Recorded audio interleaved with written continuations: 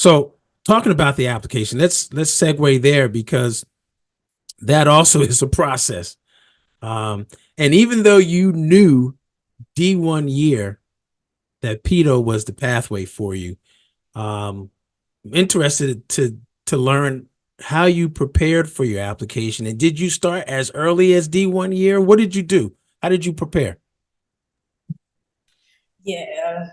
So as far as the application process go in my preparation, I'm naturally a leader. So coming in, I already knew that there were certain organizations and certain roles that I, had my eyes on and I was interested in being a part of. And I tell people all the time, I don't do anything that I don't want to do or that I'm not passionate about, because it shows. For me, it definitely will show if it's something that I don't want to do. But so for the application, D1 year at Meharry, we can't be as involved our D1 year just because, we're matriculating and we're getting our hold of things and how dental school flows and working out the kinks of dental school and the challenges of it. So, I started slow. I think my first year, I was the SNDA representative for my class. And then by the time my second year came around, within my first year, I also had, been elected president-elect. So I became the president of SNDA my second year. I've held positions. I've been the academic vice president of my class for the past 2 years. I've been active in the Meharry AAPD chapter. So since my first year as well, my second year, I was actually the Give Kids a Smile co-chair during my second year of dental school, which was a lot of responsibility being a second year student, trying to balance, didactic courses along with lab, preclinical courses and lab work and things like that. So as far as preparing, and then naturally, I serve. I'm always willing to serve the underserved, serve in any capacity that my gifts and talents are warranted. So I showed up for the community. I showed up for myself. I showed up for the school, and I was present when I was needed the most, especially during the pandemic, because that's when I started my dental school journey in the pandemic. So there was a lot of need for me to be able to serve. So I showed up in that capacity. Showing up, right? And not just to be seen, but also to make an impact, or at least to contribute. All of which you'll be continuing to do as a board certified pediatric dentist, because the community needs you. There'll be some more Give Kids a Smile events that you definitely will be involved with. And then also being a leader, right?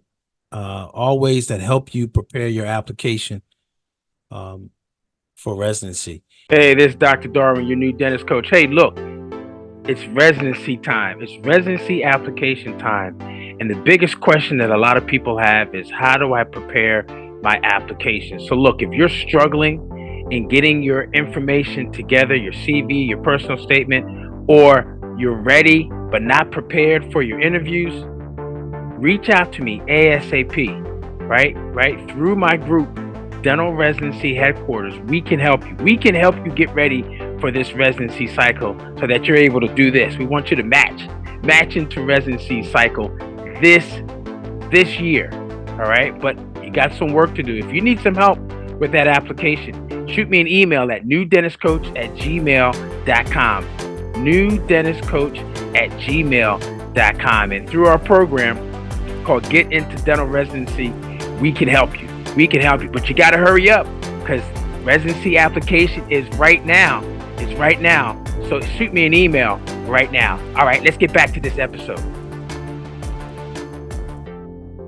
Now, I'm sure with that leadership and involvement, both within the school and external to the school, you had some connections and involvement with faculty members, because we all know that part of that application is letters of recommendation.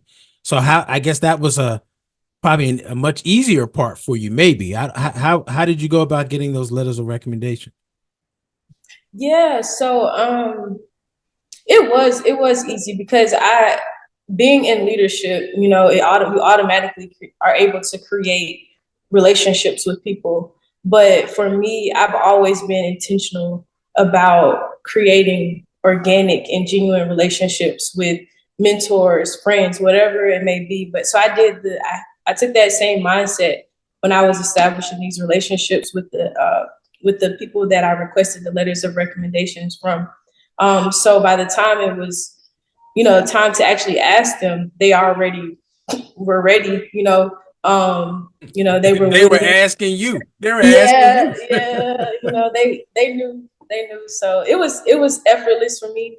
Like, I showed up for them, so they showed up for me in a major way. And honestly, when I was on the interview trail, between my actual application and my letters of recommendation, that came up every single interview.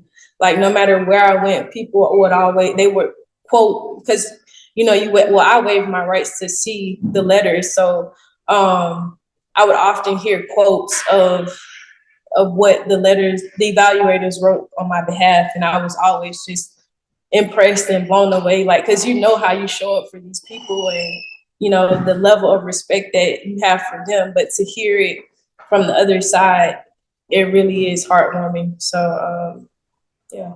Yeah, well, shout out to all the faculty members, all the Yeah, individuals that wrote some very strong for letters of sure. recommendation. Shout out to them. We appreciate you, Yeah.